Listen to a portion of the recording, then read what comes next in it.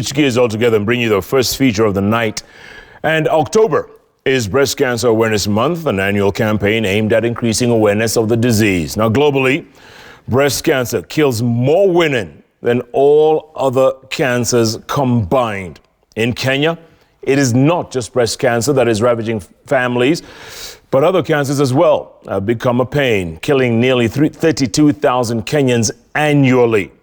Our very own Nimrod Taabu has been traversing the country, make that 5 counties in the last 1 year, to bring us some harrowing stories of cancer patients, from the elderly, the middle-aged, the youth, and even children. In this first part of a 2-part series titled Cancer Country, Nimrod takes a journey into the lives of 70-year-old Timothy Mutua from Korogocho slums, who is ailing from prostate cancer. 45-year-old Mama Njoki with cervical cancer.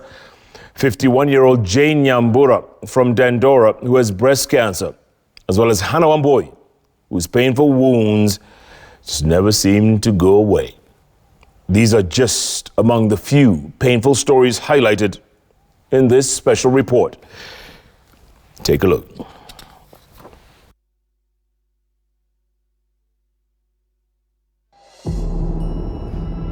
Unasikia uchungu mbaya sana. Anatuambia kama hatumpeleki hospitali tuache akufe. My dad amepass. Huyu ni my mom naye. Nikamwambia Mungu tusaidie.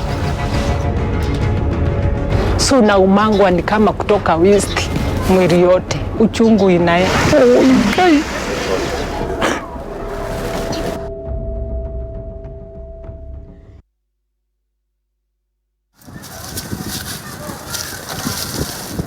This is Korogocho, one of the many slums found in the city of Nairobi. And just like many other slums in the country, here you will find all kinds of filth, from garbage to raw sewer flowing downstream. And on a normal day, you will find children playing on raw sewer and even livestock feasting on plastic bags.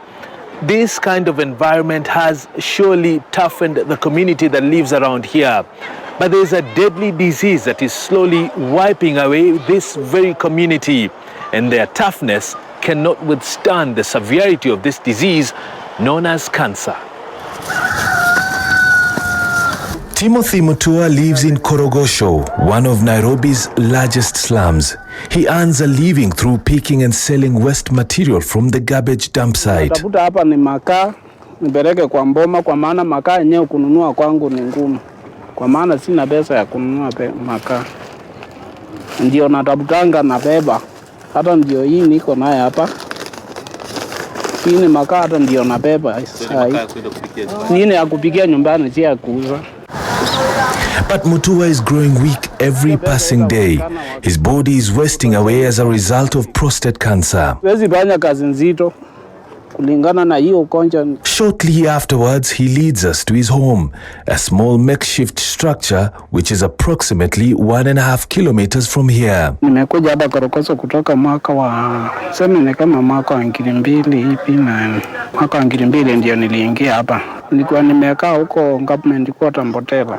Father agony awaits Mutua at home. Madam, hebu amuka. Tuamuke. Amuka.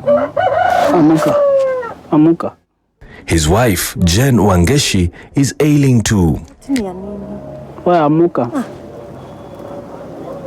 Si amuke. They have been married for more than 20 years, but both are now struggling with life-threatening diseases. Amuka, amuka, amuka. Kuwekwa mpira hiyo ni kama unawekwa kwa roho. Unasikia hiyo? Unasikia uchungu mbaya sana. Uchungu mbaya. Unasikia kama hata ufanye nini. Kama ni mpira, ukifikiria hata utaenda uchenju hiyo mpira siku nyingine. Unasikia mbaya zaidi. Umetembea tena kutoka siku hizi. But disease is a secondary problem for this couple. Tulikuwa tumeoana wakati huo. Poverty is their primary dilemma. Tukapata huyo mtoto wa kwanza. They have no money to buy medicine. Kuna madaktari wengine hata wataki kumniona nikimkaribia, wananiambia we, tulikuambia urudi huko nyuma. Nikarudi huko nyuma. Nikaenda mara 3, ndatokea mwisho nikawaambia kama huyo daktari ndio anapanya nikuwe na hai, sitakuwa naye, mimi wacha niende nyumbani. Na siku hiyo nikawaacha kwenda huko. Umekuwa na maumivu muda mrefu? Hiyo ugonjwa ni mbaya kabisa, sababu unaona, we imagine hiyo mkojo inataka kutoka no haitoki. Hiyo uchungu, anatuambia atakufa, uchungu inaenda hadi kwa kichwa. Anatuambia kama hatumpeleki hospitali tuache akufe. Sasa namuuliza nitakupeleka na sina pesa. Ndio sasa nilianza kuona mimi nitakuwa nampeleka hata namuasha tu. Daktari akimwona anamchukua na mtibu, naye anajua vile atatoka. Kutoka ile nyumba rumu yangu hii ingine ni mgonjwa huyo sasa nakwambia. 51-year-old Mary Waithera is Mutua's immediate neighbor. She knows a lot about the suffering in Mutua's household. Analiaga kama mtoto mdogo. Akiwa ndani ya choo, ukiwa kwa kitanda uwezi lala. Akianza saa 4 hadi saa 8 usiku amjalala. Wewe mwenyewe unaanza kusaidia kulia. Unamsaidia kulia. Ukifeel venye anasikia uchungu. Na ni baba ako na watoto. Ako na watoto wasichana, ashashindwa kufunga ile suruali juu ya uchungu. Watoto wanamuona uchi, maskini ya Mungu hawezi funga juu ya uchungu. Anakalia ndoo, angalie kama ingalao kabla afike huko makojo itatoka, haitoki. Ni uchungu. Ni uchungu nakwambia, na ni aibu. Mimi bibi yake nimempatia mti namba 1. Bibi yake nimemtambua kati ya wanawake. Ajai muacha siku moja. Akilia analia. Ndio huyu. Ndio wako na hapo akiwa na miaka mingapi? Unaitwa Angari. Mary is not new to cancer herself. Her firstborn daughter Shiko succumbed to breast cancer. Tukiwa kwa kibanda ya nyanya, kama anahesabiwa nyanya, nikamuuliza Shiko, kwani matiti moja ni kubwa kuliko ile ingine? Ulinyonyesha mtoto matiti moja ikakuwa ndogo na moja kubwa. Akaniambia, kwani nikamuuliza kwani matiti yako imefura? Akaniambia, matiti yangu ilifura kitambo, hujajuaga? Nikamwambia matiti imefura unaniambia nini? Nikastuka sana. Shiko went to the hospital but her mother was called just hours later. Nikawauliza kwani kunaendaje? Ananiambia ngojea kidogo tutakwambia. Wakaingia na huko ndani sasa wajadiliane vile watanianza. Sasa mimi nishajua hapa ni kubaya. Mimi nikaingia ward. Niambia ward kwa ward pande nikaingia. Wale wako huko nikauliza Shiko amelala kitanda gani? Lakini nilikuwa nimeelezewa namba ya kitanda na ward yenye yako, si niliingia tu. Nikamkuta tu amelaza hapa, amefunikwa na shuka mpaka hapa. Nikamfunua nione ile matiti nyeusi imekauka kama ile kitu imekorogewa. Hata ukigonga hivi, hata kanyama alitolewa pande ya chini. Nikakuta tu Shiko amepumzika vizuri na amekufa. Wanjiku says living in the slums while ailing from cancer is simply a death sentence. Mimi naambiaga watu kwa chama, juu mimi ndio nimesikia uchungu. Nikawekewa cancer, nikawekewa high blood pressure, nikawekewa diabetes, nikawekewa ukimwi. Nitachagua ukimwi. Nitawaambia kama nitakufa niwekeni damu ya ukimwi, lakini msinipatie cancer. What hurts her most is how people within the neighborhood treat those ailing from the deadly disease. Cancer is ravaging these slums. Inside this shack, Mama Njoki, as she is popularly known here, is bedridden with the disease. It started with a small pimple on her private parts. Pimples tunatokeaga mtu. Mimi nikafinya. Nikaona katoki kitu akikaza kutoka damu na uchungu. Nikakaa tu ndio niliona hii kitu naendelea tu ikisindi kukua, wacha niende hospitali. Sasa nikaanza kwenda hapa kaanjo hapa Kariobangi. Wakati hiyo tu kuona hii hosiko hapa kwa chifu. Mama Njoki, who is a single mother, depends on her 2 children who have only been able to provide painkillers. Kuanzia 2017 Tunampeleka tu hospitali meza mapainkiller ijeisha. In 1999, Mama Njoki discovered that she was HIV positive. She tells me she has managed to fight the disease for all those years because of easy access to antiretroviral medication. HIV iko kasida sana kwa chini. Ya kitu unajua ukijikubali ukunywe dawa utaweza kazi yako yote na utafanya kila kitu ile unataka. Lakini ya kasa hii saidi.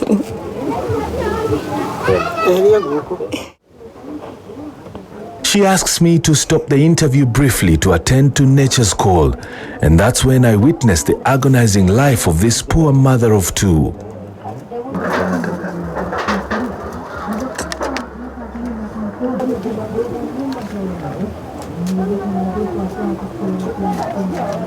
It took the effort of a neighbor and a cancer campaign volunteer named Nancy Gthoitho to take her to the communal washroom.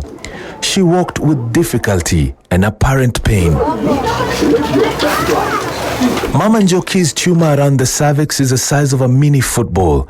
With each passing month, it grows bigger because she has not been able to get chemotherapy, which would enable the tumor to shrink and ease her pain. According to Dr. Catherine Nyongesa, who is the head of the oncology department at the Kenyatta National Hospital, cancer of the cervix is the second deadliest after breast cancer. Cervical cancer is a preventable disease, and we are just realizing that the current women population in the reproductive age never had a chance of being immunized against the human papilloma virus, which is the biggest cause of cervical cancer. Caroline Wanjiku, aged 22, is Njoki's daughter. She dropped out of school when she was in class 8 because her mother could not continue to work and pay her school fees. Naumianga. Juu yeye ndo mamangu, yeye ndo babangu, yeye ndo anatushughulikianga kiusawa na tufanya kibarua. Akipata pesa ndo tunakula, pia mimi na hasuluko nje ndio tukule. We left Mama Njoki's house after giving her some money to buy painkillers. It is a little we could do for her. Eunice Nyambura also lives in Korogocho. She came here after her husband left her once she was diagnosed with breast cancer.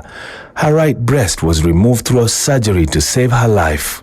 2015 ndio niliitwa na simu nikaanza kuchomwa na stima.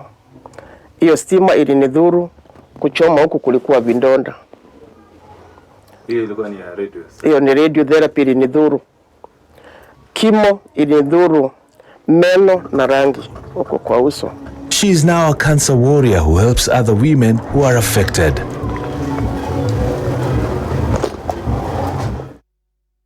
She takes us to Jane Nyambura's home in Dandora in a nearby slum.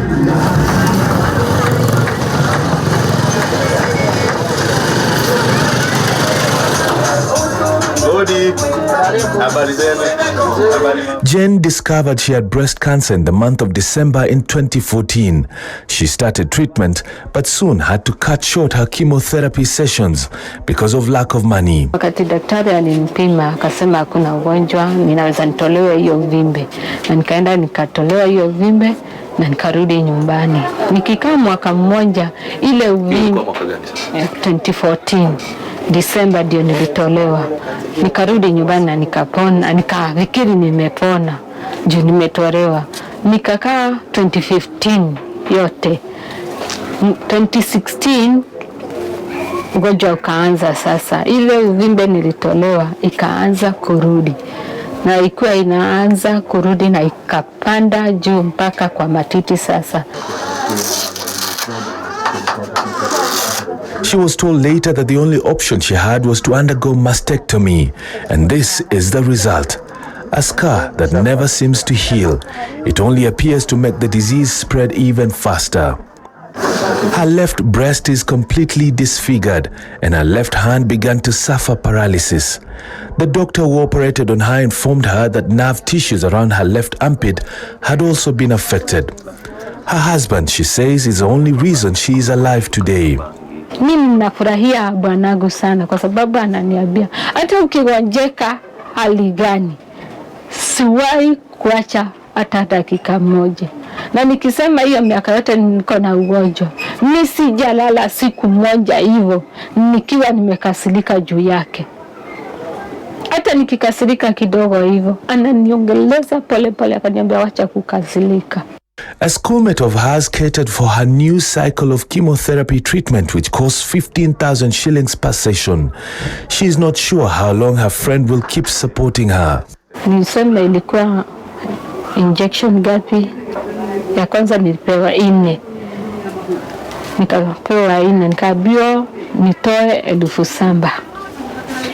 Niko hata ndululu mseana.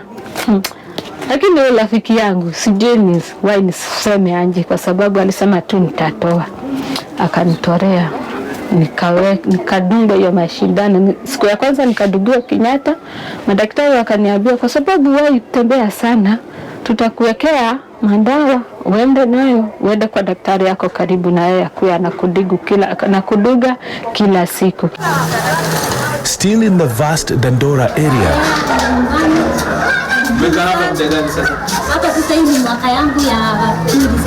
Jane Nyambura, a jovial mother of 4, warmly welcomes us into her home. Her husband David Mathenge has always been by her side. The couple had a promising future in Nyahururu until cancer came knocking in the year 2013. Upon being tested, a little swelling on her breast returned shocking results. Hii ugonjwa ilianza 2013 kitu mwezi wa 9. Watoto au mapacha walikuwa wadogo, walikuwa wananyonya. Ndio nilikuwa nasikia kuchomeka kwa matiti. Na nikaanza kwenda hospitali. Madaktari wananiangalia wakaniambia ni maziwa ati sinyonyesi vizuri, hiyo lugha ya daktari.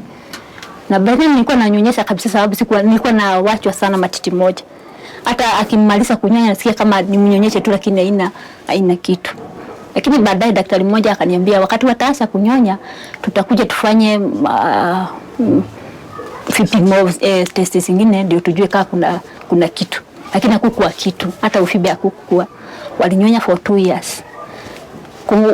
Kuachisha nilikaa miezi 3, sasa ikakuwa 2014. Ndio nilisikia kaufimbe na akakuwa kanauma na kikalikuwa kanamea kwa haraka. Mwezi nilisikia na kwenda usi mwezi mwingine kalikuwa kakubwa. Daktari akaniambia hivi vitu kama hizi hupatikana wakati mmewasha kunyonyesha lakini tutapima. In 2014, after months of seeking different opinions from doctors, one of her breasts was surgically removed. She started her chemotherapy sessions, but in 2015, while doctors were on strike, the disease spread to her other breast. In 2015, tukachanga, baadaye nilifanya mchango, nikakuja hapa Kenyatta, na nikafanywa 16 sections radiation, nikachomwa sasa. Hiyo 2016, pale tu mwezi wa 2. Hapo ikamea tena. Hapo tu. Na ilikuwa imeisha. Ikamea tena. Sasa mimi nikaona nikaa kawaida. Hata haikunishtua. Lakini kuliko daktari hata mwenye alishtua. Uchungu ama? By then haikuwa inaniuma. Ilikuwa tu kitu inamea tu na hayumi hata ukifinya hivi. Haina uchungu. Again, she had to undergo mastectomy. Now a woman without breasts, Nyambura became depressed. She sent her children to her mother while she and her husband relocated here in Dandora, having sold all their land in Nyahururu in order to cater for her medical requirements. Her husband stood by her side, walking this painful journey with her.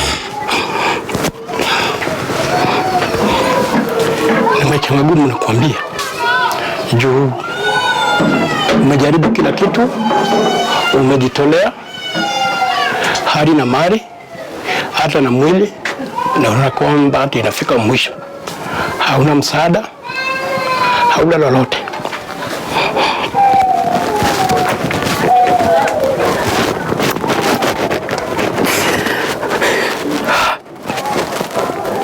Mungu wangu ni ngumu, nikijua ya kwamba watoto ndio hao ni wadogo. Kazi yangu sio kama ile ya kuandikwa ati ya kwamba hata nikiwa mgonjwa nitapata mshahara, na tena kila kitu nilichokuwa nacho niliuza. Her second scar healed and she completed her third chemotherapy cycle. In all, she had done over 30 chemotherapy sessions and doctors were not willing to carry on. Sababu waliniambia sasa, unaona tumekufanya operation mbili, umekunywa chemotherapy mpaka fourth line, umefanywa radiation. Sasa ile ya kansa yote nikaa tumekufanya na bado sasa hakuna kitu kingine tunaweza fanya. Kama sasa daktari, sasa nikufe. Kaniambia hutakufa, naweza tumia, kuna dawa aliniambia naweza tumia inaitwa Zeloda. Zeloda yenyewe sina pesa. NHF nayo vile nilitumia huko Nairobi Hospital ili exhaust. Kaniambia nimemaliza pesa yangu ile huwa wanapea mtu kila mwaka, pesa yangu yote imeisha. Hata kama ni CT scan ama nini haiwezi simamia kitu kingine tena. In 2017, the disease resurfaced again, this time in the middle of her chest cavity. Doctors were reluctant but eventually opted to prescribe a fourth chemotherapy cycle, but they were categorical. This would be her final treatment. Hiyo wakati waliniambia hawana ile wanaweza nifanya, niliona hata kama siwezi pumua tena, nikaa mwisho yangu imefika hapo. Lakini Mungu ni mwema, sababu mimi nimeokoka na namtumainia, sababu hata najipea nguvu kulingana na daktari mwenye aliniambia 2017 ati hakuna kitu anaweza fanya. Alikuwa ananipea miezi 3 kulingana na ile CT yenye nilifanyiwa, sababu lungs zote sasa zinaonekana zimekuwa kabisa. Alikuwa ananipea miezi 3. Sasa kama Mungu ameniwezesha kukaa hiyo miezi yote, sijaikosa kupumua, sijaipelekwa ati niko na emergency ile mbaya. Isipokuwa kwa juice wakati nilikuwa Nyeri, lakini ilikuwa nilihala, nikatapika, nikakuwa dehydrated, nikaanguka, nikapelekwa Nyeri, nikadhibitiwa, nikapewa ile maji, nikakuwa sawa. Lakini ingine Mungu amenisaidia. Kile kitaweza tenganisha mtu na mwenzie ni kifo tu. Ndio najua wanaume tunapitia hali gumu. Ni kweli kusema hivyo. Juu mimi kama hali ya doa ya kitanda hiyo niliweka kando. Manake haiwezekani. Manake unaona mwenye saa mko naye amepasuliwa matiti, mara anaumwa na hapa, mara anaumwa. Sasa itakuwaje tena waanza kumsingizia mambo mengine hadi ya kwamba unajua hana nguvu, na tena hata weki mawazo uwezi weza, unaona juu una feel, unaona. Anne is fighting on and is looking forward to celebrating her birthday in December. Every day, one of her children says a prayer for their mother at dawn and at dusk, hoping that she'll become cancer-free.